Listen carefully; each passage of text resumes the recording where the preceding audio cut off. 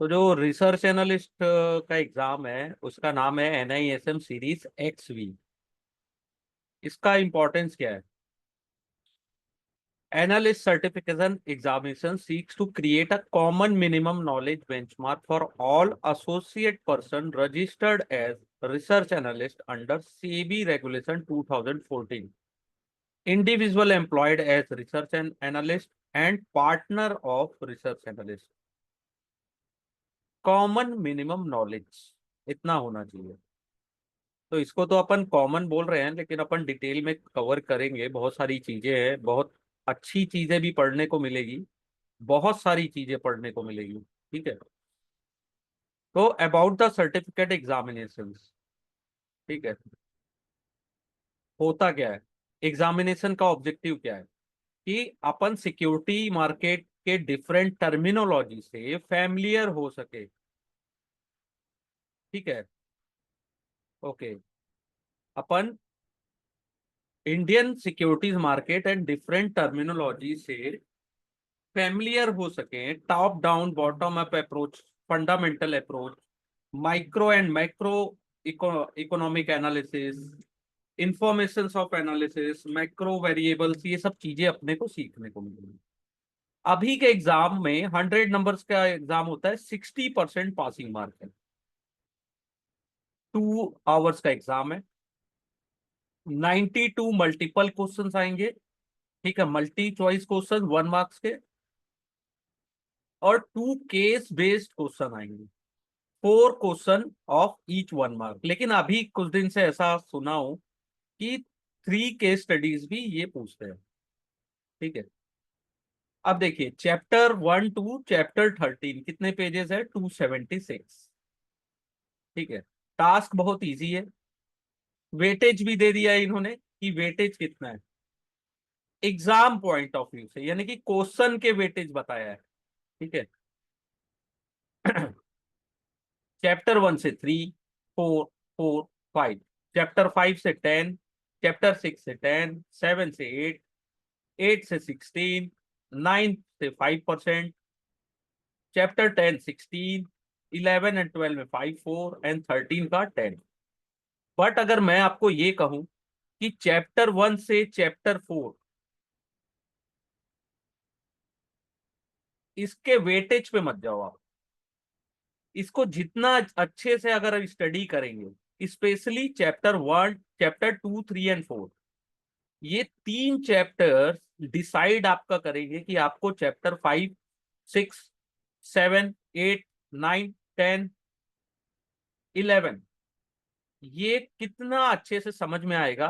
ये चैप्टर 2 से 4, इसको जितने अच्छे से अपन स्टडी करेंगे उतना अच्छा ही हमारा बेस क्लियर होगा, और उतने ही अच्छा अपन 5 6 7 8 9 10 11 इन चैप्टर्स में कर पाएंगे। ठीक है। तो अपना टारगेट क्या होना चाहिए? 276 पेज है। अगर पर डे भी अगर अपन 25 पेज को भी रीड करें ना, तो 10 डेज में कंप्लीट हो जाता है रीडिंग।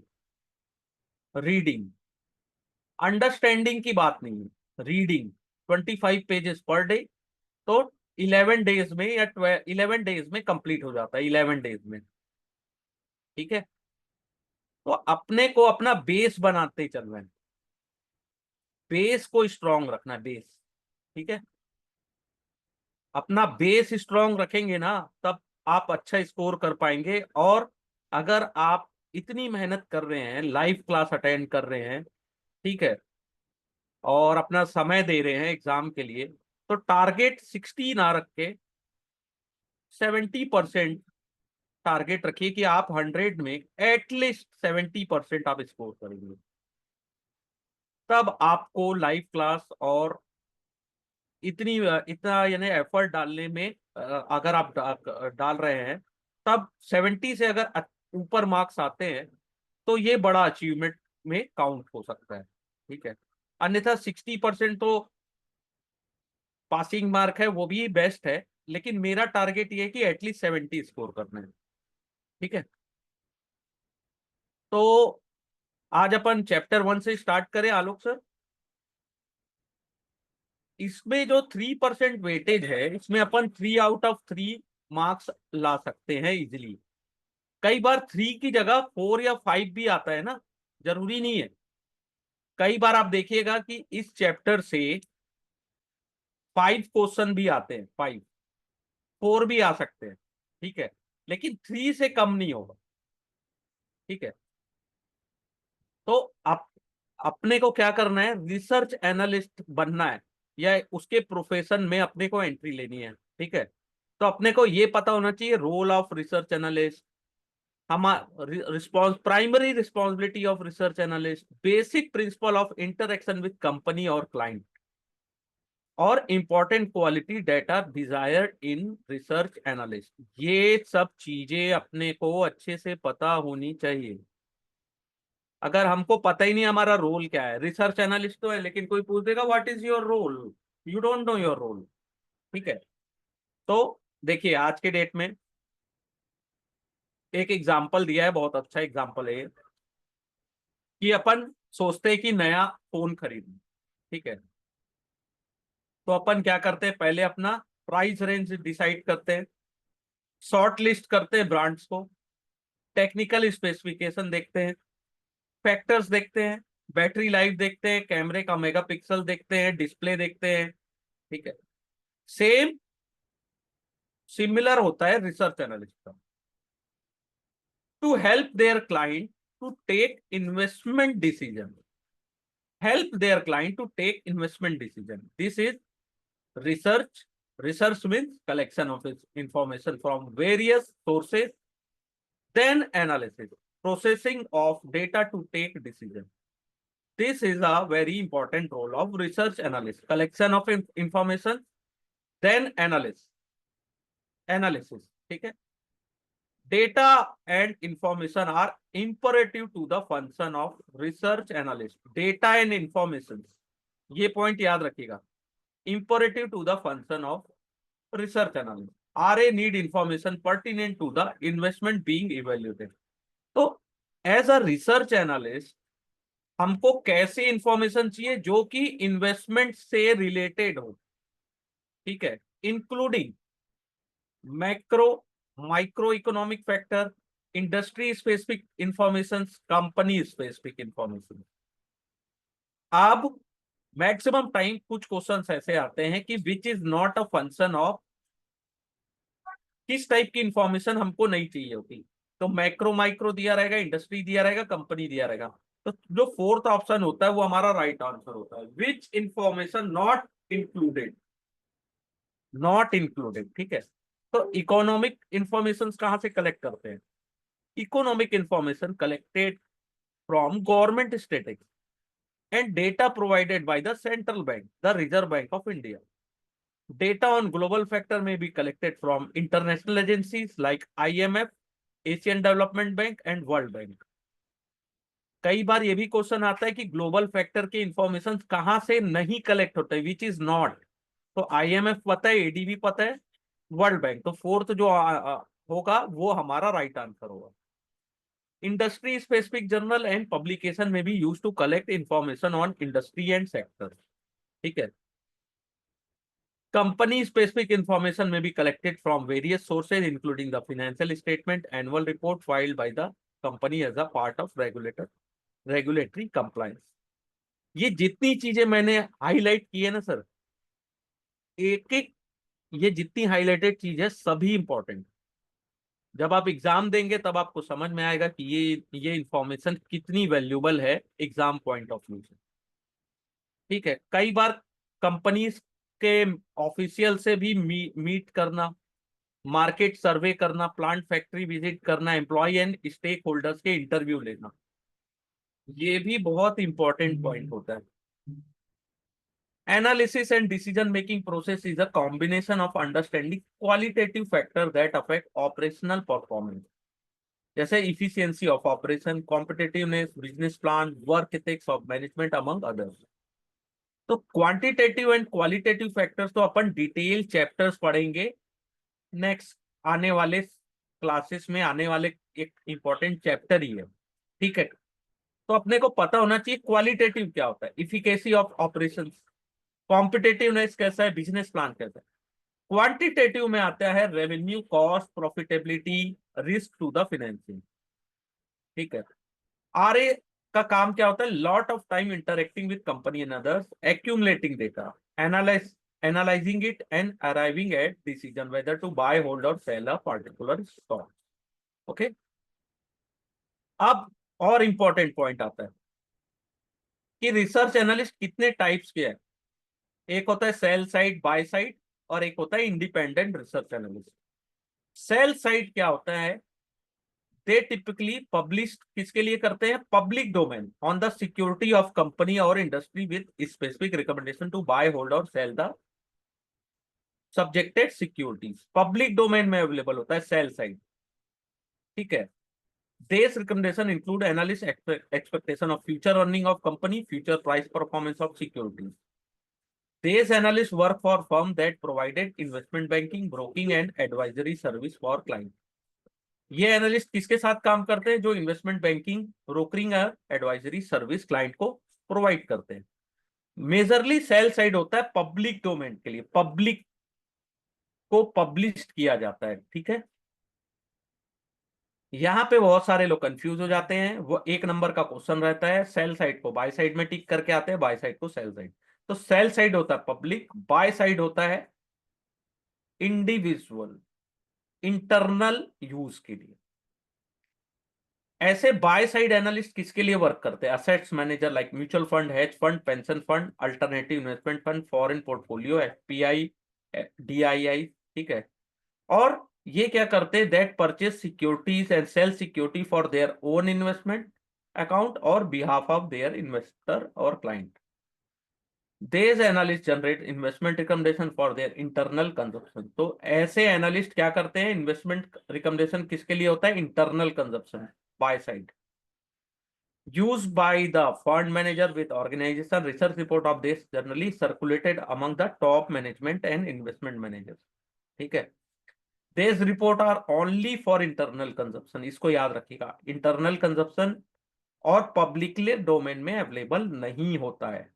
ठीक है, बाय साइड। फिर होता है इंडिपेंडेंट रिसर्च एनालिस्ट।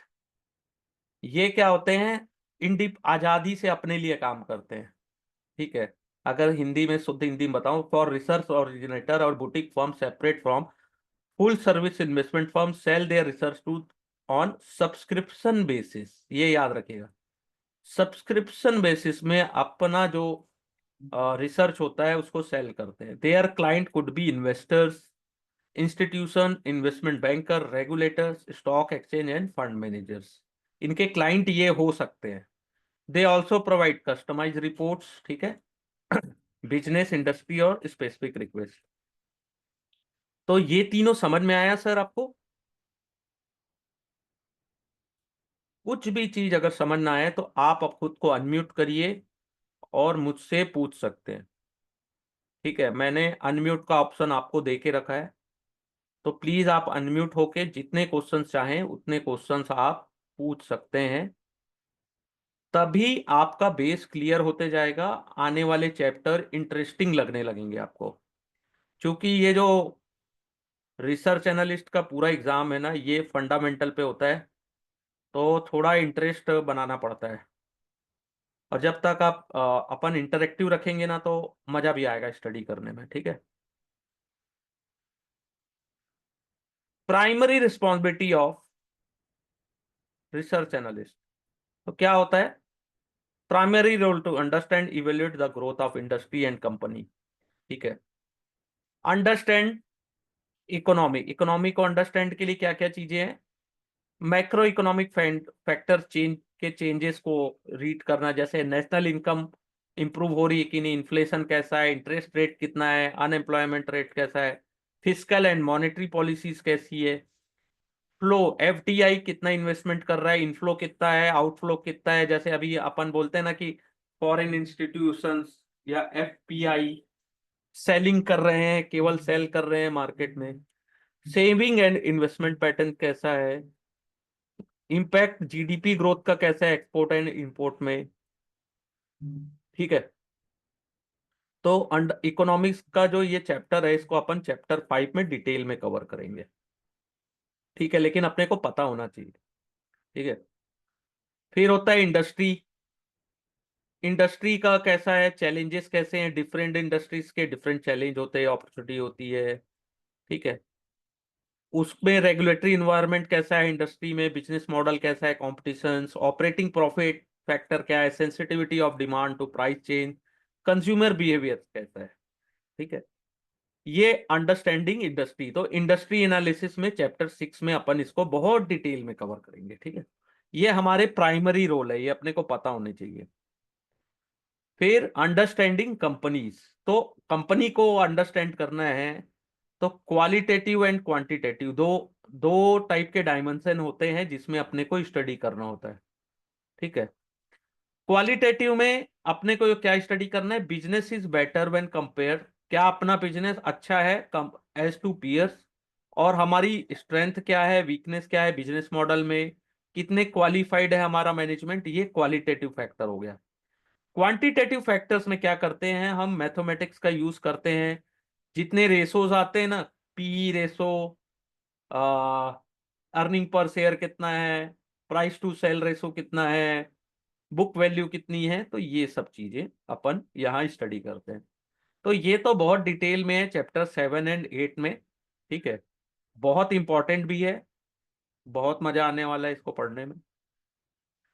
तो basic principle of interaction with company and clients. अब ये बहुत इंपॉर्टेंट है, यहां से क्वेश्चन चैप्टर 1 से आता है। जैसे जो जो चीजें इंपॉर्टेंट थी उसको मैंने हाईलाइट तो यहाँ पे कर दिया है।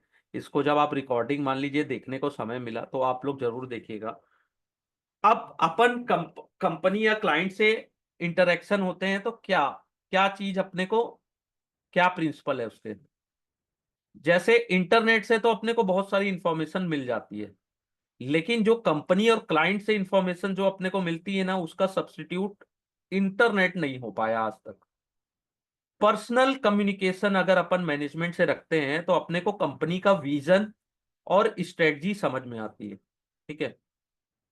कई बार ये भी समझ में आता है कि ऐसा भी होता है कि मैनेजमेंट से आप मिलने जाओगे ना तो आपको सब हवा हवाई चीजें बताएगा, जैसे रोजी पिक्चर्स दिखाएंगे कि आप उनके बारे में पॉजिटिव स्टोरीज लिखो, लेकिन ऐसा होता नहीं है। एज अ रिसर्च एनालिस्ट अपने को क्रॉस वेरीफाई भी करना है मैनेजमेंट के क्लेम को, कि वो जो बोल रहे हैं वो सही है कि नहीं है। ठीक है। Communication with management like others require analyst to clarity of thought, बहुत सारी क्लैरिटी रखनी पड़ती है अगर अपने को एनालिस्ट से मिलना है तो। अपनी लिसनिंग एबिलिटी अच्छी होनी चाहिए। ठीक है। और ऐसा भी रखना चाहिए कि हम जब मैनेजमेंट से बात कर रहे हैं तो कुछ चीजें हैं अपने को याद रखनी है, जैसे प्री मीटिंग रिसर्च।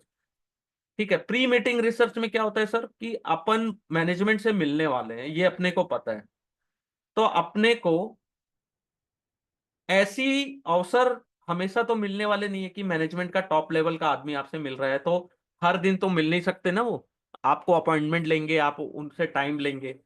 तो हम जब जाते हैं तो अपने को क्या देखना है, एज अ रिसर्च एनालिस्ट अपने को लर्न करना है कंपनी के प्रोडक्ट्स के बारे में। ठीक है।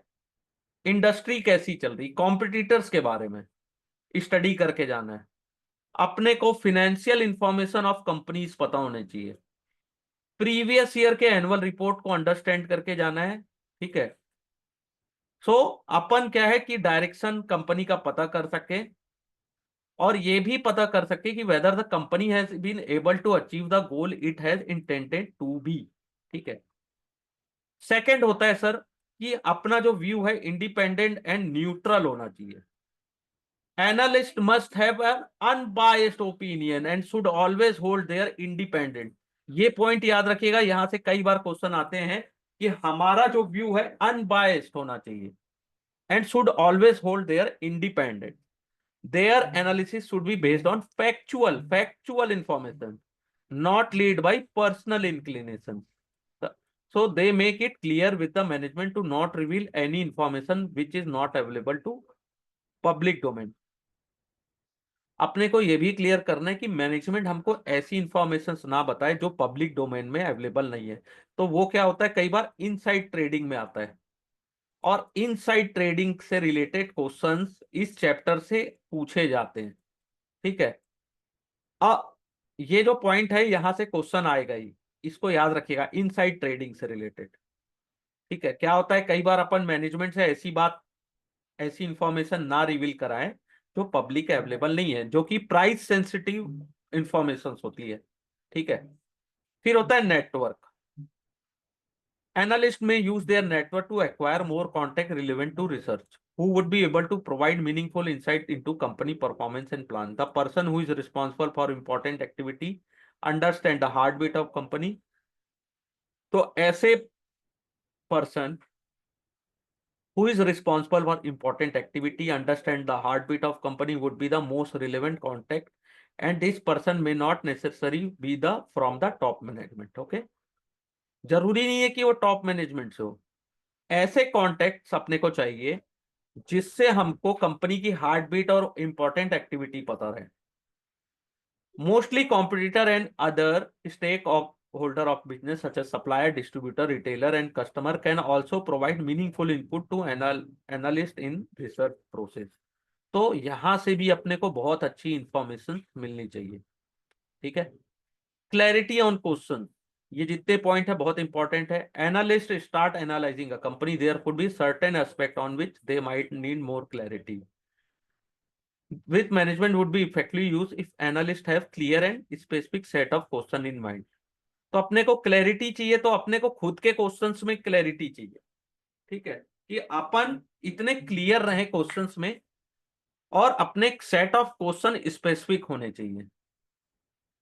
तो it is advisable to go with questionnaire to have a better understanding of company operation and future. ठीक है, ऐसे क्वेश्चनेयर होने चाहिए जिससे अपन बेटर अंडरस्टैंडिंग कंपनी की ऑपरेशन एंड फ्यूचर प्रोग्रेस के बारे में पता लगा सके। ठीक है, अब क्या है कि इतने में तो हमारा रिसर्च रिपोर्ट तैयार हो जाता है, लेकिन अब अपने को कम्युनिकेट करना है क्लाइंट से। क्लाइंट मीन्स हमारा client, sell side, by side, independent client तो है ना। Once analysts are done with research and research report is prepared, they need to communicate their finding to the client. There are certain guidelines that analysts could follow in communication. They must be realistic and suggestion company in their client, and suggestion should be based on fact and figure। ठीक है, not contain optimistic, pessimistic, biased view of the subject. Fact and figure होना चाहिए, optimistic नहीं होना चाहिए, pessimistic biased view नहीं होना चाहिए। Communication done through return research report, communication return research report में होना चाहिए। और क्या होना चाहिए, सिंपल, क्लियर एंड कॉन्साइज। ये याद रखिएगा, यहां से बहुत बार क्वेश्चन आता है। Simple, clear and concise communication with return research report होना चाहिए। और any conflict of interest, just like research analyst किसी कंपनी के शेयर अगर रखे हुए हैं तो ऐसी इंफॉर्मेशन आपको डिस्क्लोज करनी है। ठीक है, एजम्पशन अगर आपको कुछ है तो वो भी क्लियर होना चाहिए in research report, and abbreviation and jargon should इधर be avoided and explain clearly in simple word. ठीक है, ये पॉइंट जो है ना सर, यहां से 2 नंबर 3 नंबर आपको मिल सकते हैं, याद रखिएगा। तो the role of RA is to collect data information from different reliable source, interpret the data information and convert into recommendation for their client. While doing so, it is expected that RA would perform their role with utmost sincerity, honesty and ethics without any bias। फिर वही point है, ये याद रखिएगा। Following all rule and regulation as specified by SEBI both in word and spirit। For this, it also recommended to use of technology। ठीक है, अपने को सेबी की स्पिरिट में काम करना है, वर्ड एंड स्पिरिट। तो क्या करना है, इंटरव्यू जब भी लेते हैं और अपन रिकॉर्डिंग डिवाइस अगर यूज करना चाहते हैं क्लाइंट के साथ या मैनेजमेंट के साथ, तो अपने को रिकॉर्डिंग डिवाइस कब यूज करना है, विद देयर ड्यू कॉन्सेंट। ऐसा नहीं है जासूस की तरह गए और यूज कर लिए, हमको पहले बताना है भाई हम रिकॉर्डिंग डिवाइस यूज कर रहे हैं। उसके बाद फिर है important quality of research report. यहां तक क्लियर सर? बहुत इजी है, लेकिन यहां से जो क्वेश्चंस आते हैं उतने ही डिफिकल्ट आते हैं। ऐसे ऐसे क्वेश्चंस आते हैं कि 2 बार एग्जाम में लगेगा ये क्या पूछ रहा है। ठीक है, फिर इंपॉर्टेंट क्वालिटीज, तो एक जो जॉब होता है रिसर्च एनालिस्ट का, require quantitative and qualitative skill. Analysts need have a higher degree of comfort in dealing with number to be able to analyze various financial factors, identify trend and see the interrelation between different factors. At the same time, he need to methodical, have inquiring mind and discerning to know whether to find relevant information, ability to understand business model and competitive dynamics in business in other important quality as an analyst must possess. So using this skill, research analyst come in conclusion he would be in favor of against investing a particular industry. तो ये point से question तो नहीं आएगा, लेकिन एक बार read जरूर कर लीजिएगा. क्वेश्चन यहां से आएगा, quality that are desire in good research analyst. पहला है good with number, good excel and other data analytical tool. Good with number, good excel and other data analytical tool. Clarity in financial concept, ability to read and comprehend financial statement and report, ability to ask pertinent question, attention to detail, communication skill written and verbal अच्छी होनी चाहिए. ठीक है, ये होती है एक good research analyst की क्वालिटी. फिर यहां तक तो बहुत थ्योरेटिकल पार्ट है. सैंपल रिसर्च रिपोर्ट कहां से मिलता है, ये भी कई बार पूछा है. तो बीएससी इंडिया, एनएससी इंडिया में मिलता है. ठीक है, सैंपल रिसर्च रिपोर्ट अगर आपको देखना है किसी भी कंपनी का, तो बीएससी इंडिया, एनएससी इंडिया में आपको बहुत अच्छे रिसर्च सैंपल रिपोर्ट मिल जाएंगे किसी भी कंपनी के. ठीक है,